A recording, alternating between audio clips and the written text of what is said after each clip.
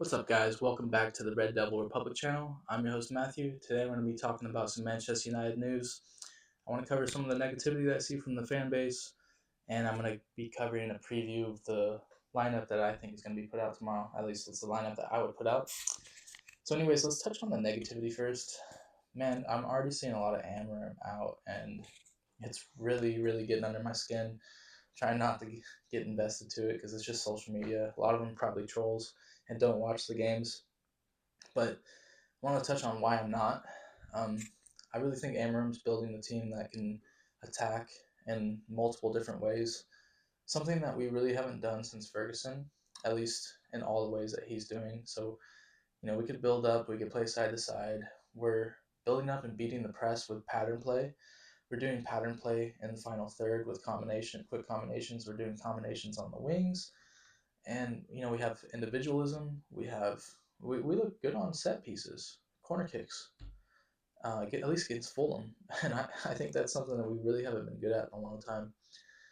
So when you have all those different things that we're improving at, and when you go take a look at the Premier League as a whole, it's small margins through and through. I mean, three teams have not dropped points, which after two games. So there's going to be dropped points. There's going to be points to gain all the time.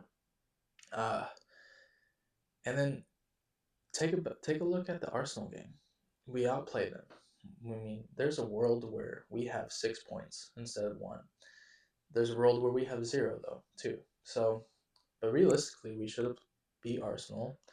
And I think all those missed chances, that type of energy sometimes is contagious and it lingers. And it leached into the Fulham game. And Cunha missed those two early on. Well, Leno made a great save, and it deflated us. And you could see it in our play. Ahmad loses the ball. Luke Shaw looked lazy in possession. The movement behind us or in front of us didn't look as good and as crisp and as quick. And it seeps into your brain mentally, and you don't realize it, but I think that's what was happening. And then we kind of get a hold of the game again with some good possession play, slowing the game down, and Bruno gets a penalty, and it hasn't landed yet. Oh man, that was absolutely deflating. Um, yeah. After that, I was like, okay, if we can get in the halftime 0-0, we're we're okay. We can win this game still, and we did that, and we get that scrappy goal in the second half, and I'm like, we got this. This is our year. We're gonna turn it around. These are the games that we would lose normally, and we ended up tying. So Delo comes on, he makes that touch, and tries to turn instead of playing the ball back to Bruno, and it comes right back down our throat. They put in their 101st service of the game, and Smith Rowe makes a good run and taps it in. Bruno didn't follow Smith Rowe, and I can't help but think, like, was he upset at Delo for not playing him the ball? I never know, but if I was another team, I would really be trying to get in Bruno's head every game. If he has another penalty, I'm bumping him. So as your captain, you gotta be more mentally strong than that. But I'm not gonna sit here and gripe on Bruno. I back him, and I backed him to stay in that game. He's created the most chances in the Premier League since he's been here, and not by a little, by a lot. And I think that speaks volumes because that's just the type of player he is. He plays on the edge. He's going to have bad games from time to time, but ultimately he works hard and he has more passion than anybody on the team. And that's what you want out of your captain, but you want him to be mentally strong too. So, anyways, enough about Bruno. I want to talk about the subs now. I saw a lot of negativity about the subs that Amarim made, and realistically, um, what other subs did you guys want? And I started thinking about, like, well, only two guys were viable, which is probably Mainu and Xerxes. And Xerxes not going to go on, but Mainu could have gone on for either Ugarte or Bruno. Well, it would have been Mount or Bruno because Mount dropped into the pivot after Casemiro came off. So let's break that down. Ugarte is a ball-winning midfielder that works really hard, has a lot of energy, covers a lot of ground. Bruno is a midfielder that works really hard and plays killer passes. I think Mainu is more of he's unproven. He's 20 years old. So if Mainu comes on for Bruno, I think we lose a little bit of our edge offensively, and I think we lose a little bit of our edge defensively because I actually would take Bruno over Mainu defensively, and that's a hot take. I know that. So smash me in the comments, please. But I think that's why Amram doesn't play Mainu as an 8 because he can't trust him defensively. So I think with Ugarte, he probably could play as an 8, but Ugarte's in a game like that, I think we really wanted to ensure that we have defensive work rate and we have a chance of scoring.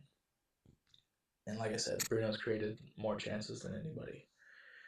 So with that said, I think that I back the manager for not making that sub.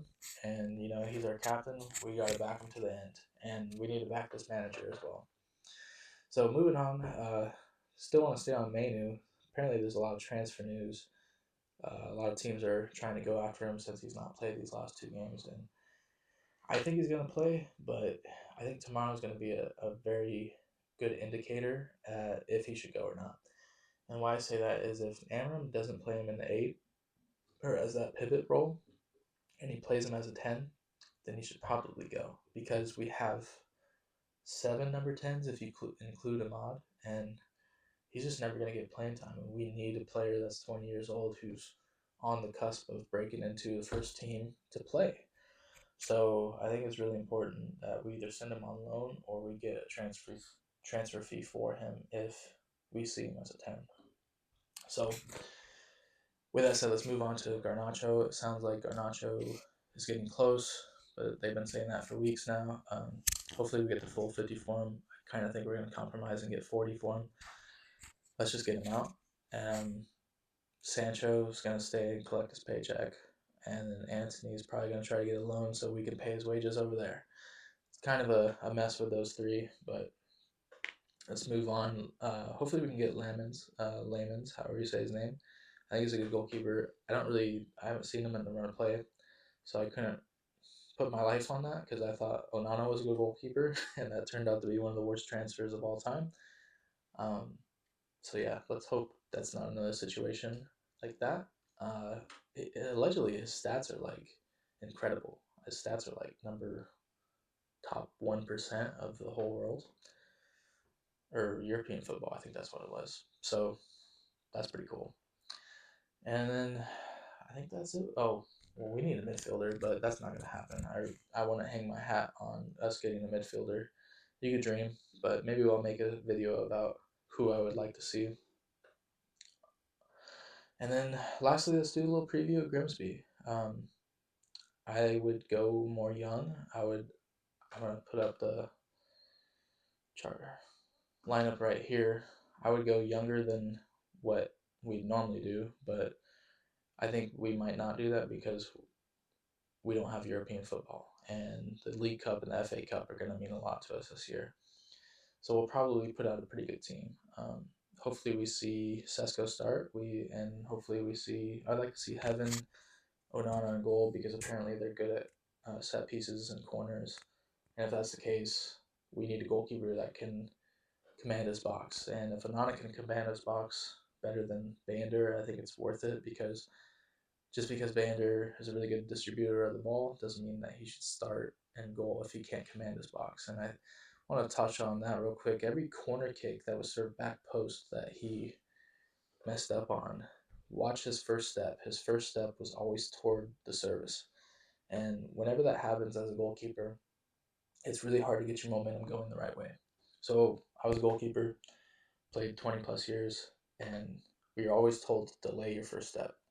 So at least hit that ball, and you want to make sure you're going in the right direction. I feel like a goalkeeper coach should recognize that right away and just start whipping balls in on him because it's not that hard to correct. It's just footwork. And I don't think his feet are that terrible. I mean, he's dropping dimes all over the place, so his footwork should be decent. And then lastly, I would like to see Dorgu get a rest, but I kind of think Dorgu's going to play. And I'd like to see Mainu and Ugarte as the pivot in the middle because I really want Mainu to stay and I want him to work out as a number 8. Let's hope he doesn't play as a 10. Hopefully Bruno gets that role.